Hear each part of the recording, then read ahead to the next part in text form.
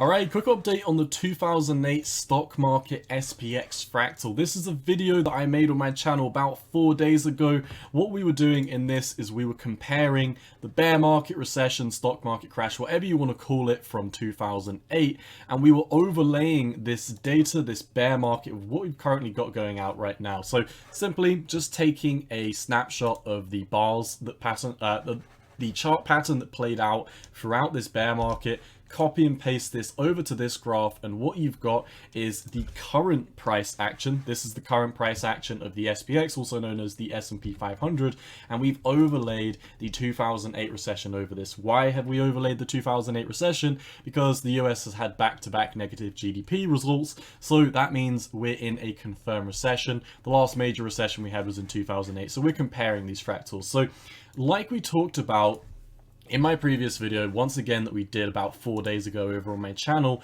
this week, approximately this week, is when we're supposed to be topping out, because as you can see, we've overlaid the data. This was the exact peak on this week over here, and you can see the peak in 2008 perfectly. Well, we've overlaid it, so take that with a grain of salt. What we've done is, from both 2008 and the 2022 top, is we had a pullback, we had a minor pushback to the upside, making a lower high. We then had a more dramatic pull to the downside.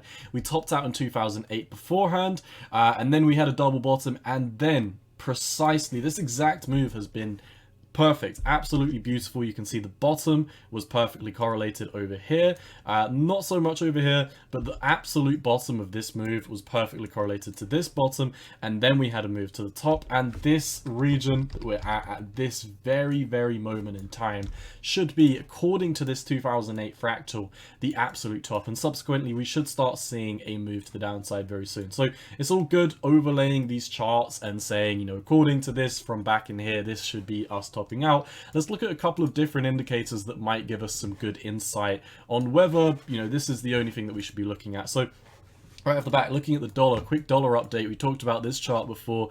This was previous resistance, this green range. You can see we had resistance, resistance, resistance. We flipped above it as support. We came back, double back tested it. We formed a bull flag, which is obviously a bullish indicator, and we've been pumping to the upside of it ever since for the past 1, 2, 3, 4, 5 days. We've had some beautiful continuation over in the US dollar. So the dollar moving to the upside, the dollar looking like it's getting primed for a breakout, should be indicative that the SPX, the stock market, NASDAQ, whatever you want to be looking at, these traditional stock market indices or individual stocks on the stock market, these should subsequently be coming down very soon. If we look at a couple of other charts to give us an idea of whether this should be expected, if we look at the SPY, you can do this on the SPX as well, there's really no difference, but I'm just looking at the SPY on this one. For the SPY, which is the ETF derivative of the SPX, S&P 500, you can see from the all-time high, if you have this major capitulation, you come back down, you have that lower high, right? A macro lower high within this market structure. If you connect these 2 points together, this is exactly where it's also calling for a top. And on the SPY, we've got a decent wick to the upside. SPY, we've got a good wick to the upside. The NASDAQ as well has got a good wick to the upside. If we look at the all-time high for the NASDAQ, you can see we came back down, we revisited this zone. Both the candle body closes were exactly on here, so we know right off the back that this trend line has been very well respected. We tried to push above it, weekly candle body close, came back down, we closed beneath it, and then we got rocketed back down. We broke down, came back up and retested it. So you can see we've retested this one on the NASDAQ a few more times, and so far we've wicked up to it. I don't want to say that this is 100% the top in the stock market at this moment in time, because we can go up for another week. We can do something like this, we can come up, and then we can wick above, and we can go back down. So while I am saying, yes, there are a lot of signals that are pointing for a breakdown very soon, don't take that as we can't have a few minor bounces over the next couple of days, over the next week or so. What I really want to say is, within the next 2 weeks, looking at how we're topping out in the NASDAQ, looking at how we're topping out in the SPY, looking at the lower time frames for the dollar, just seeing the dollar having breakout after breakout after breakout. If we put on the EMA ribbons, you can see the DXY, the US dollar index, has come back to the daily EMAs every single time. Honestly, I think people have been calling for bear markets to be finished way too soon, multiple times. Because I remember every single time this entire cycle, the DXY has moved dangerously to the bottom of the EMA ribbons. Everyone calls for a capitulation, and then we just blast back up to the top. Every single time we capitulate, we make a new higher high. You know, we capitulate, we make a new higher high. We capitulate, we make a new higher high. We capitulate, new higher high. Capitulate, new higher high. We capitulated once again, making a higher low in the EMA ribbons. We're probably once again going to have another blast to the upside.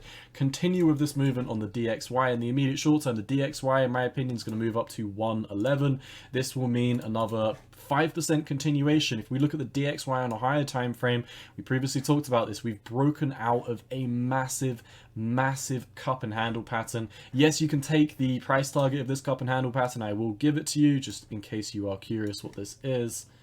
From the breakout, this would mean the DXY moving up to 117. In my opinion, I'm going to keep my eyes on the 111. We predicted this 7% move ages ago. You can see this is on the weekly time frame. This was 1, 2, 3, 4, you know, like 1 month ago, 1, 2, 3, 4, like almost 2 months ago, we were predicting this 7% move. So far, we're up about 3% after the breakout. We almost finished this move. We've got a little bit further to go for the DXY. DXY, once again, like I said, about another 4.5 to 5% move, depending on whether you're looking at the macro 1.618 or the price target of the bull flag in the immediate short term.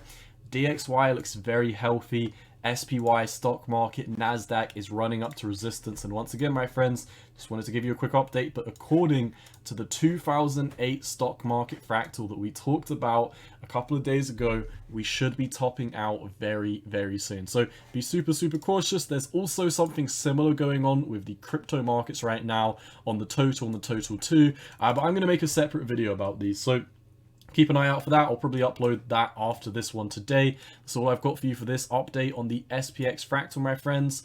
In the next couple of weeks, I'm expecting something like this. We'll move all the way back down, probably something like a 78.6% retracement. You can see how beautifully that would line up with a bounce lining up with the 2008 bear market fractal, moving up to about 4,100 before, in my opinion, we have our final capitulation. Now, I would just like to say, according to the 2008 bear market fractal, the bottom should not be in until the 30th of May 2023.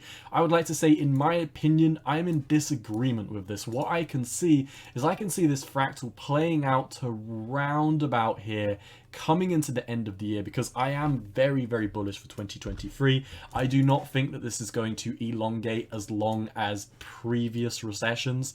I do think quantitative easing is going to come back. It's going to switch back around. The Fed is going to pivot, and that is going to kickstart the next bull market. But I don't think that's going to happen for the next couple of months. So subsequently, boom, something like this is what I see playing out in the stock market. We're right at resistance right now, my friends. If I'm wrong, let's wait and see if there's a breakout about above on the SPY, about really where we're at right now. I'd say 435 on the SPY. If you're looking at the SPX, I would say, connecting these, you'd be looking for a breakout above about 4,350. So all I've got for you today, my friends, as always, cowboy out. Peace.